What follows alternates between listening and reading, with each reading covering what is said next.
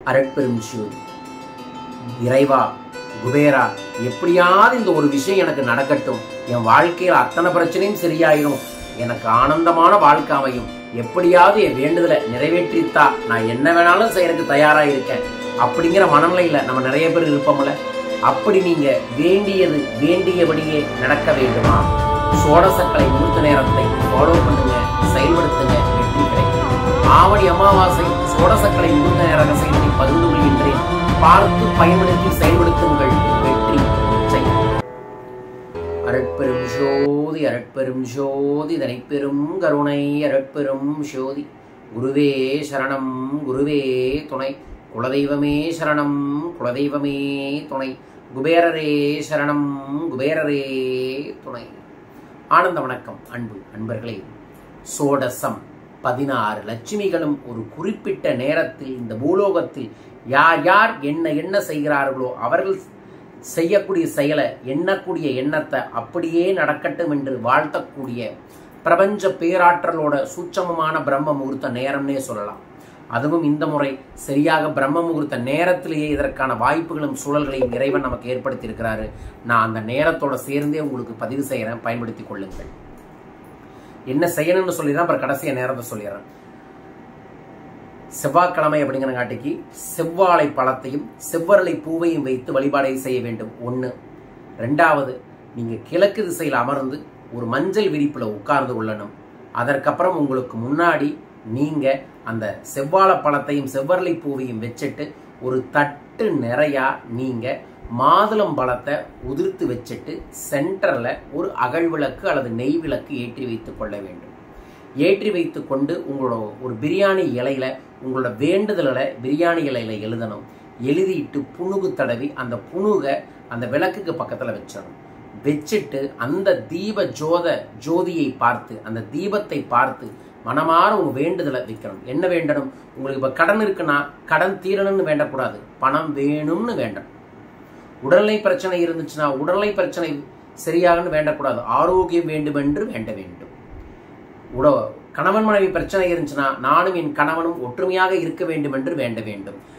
நேர்மறையாக வேண்டுங்கள். வேண்டிய அந்த வேண்டறத பிரியாணி இலையில எழுதிக்கங்க, அதுல புணுகு தடவிக்கங்க. தடவி வச்சுட்டு இது எந்த நேரத்துல செய்யணும் அப்படின்னா, அமாவாசை சரியாக தொடங்கக்கூடிய நேரம் திங்கட்கிழமை அதிகாலை 6:33 தொடங்கி செவ்வாய்க்கிழமை காலை 7:59 முடியுது.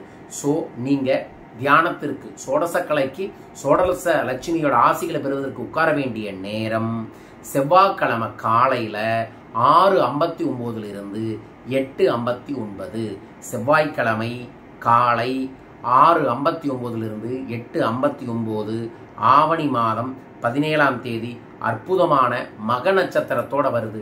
மக நட்சத்திரங்கும் போது ஒரு சின்ன சொம்புல தண்ணி வச்சு பச்சை கற்பூரத்தையும் துளசியும் போட்டு வச்சுட்டு இந்த வழிபாட்டை செய்யுங்க.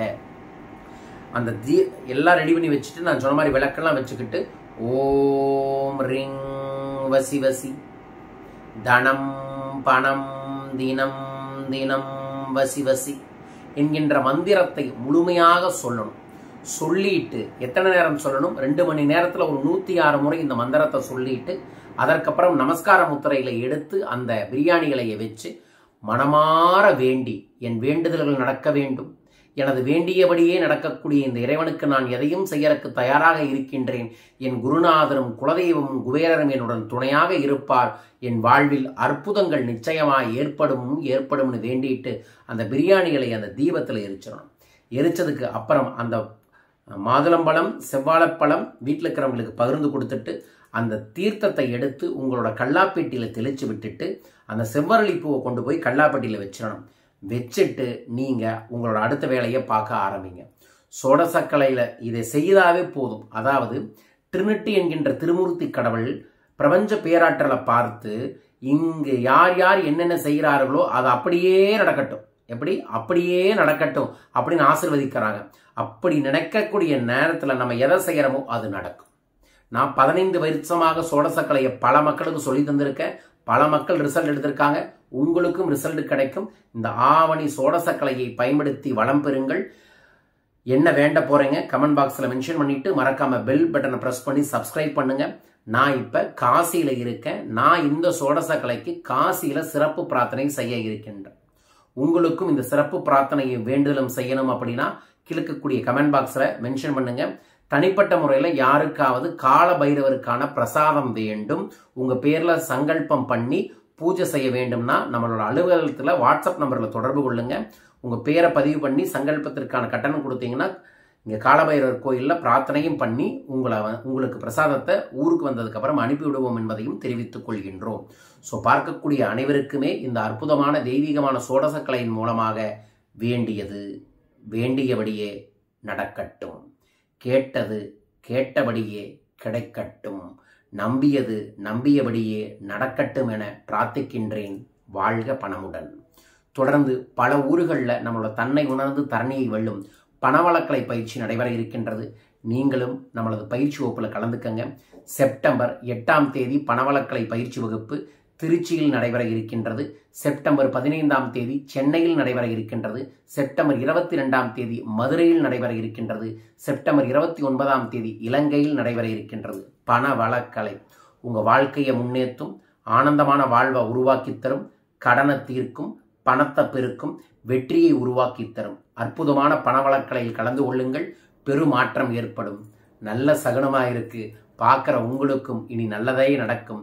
தொடர்பு கொள்ளுங்கள், கலந்து கொள்ளுங்கள், வெற்றி அடையுங்கள்.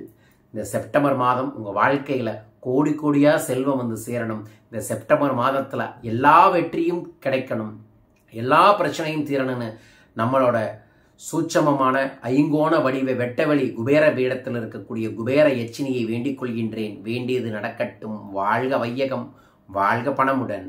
நன்றிகள் கோடி. ஜெய் ஆனந்தம்.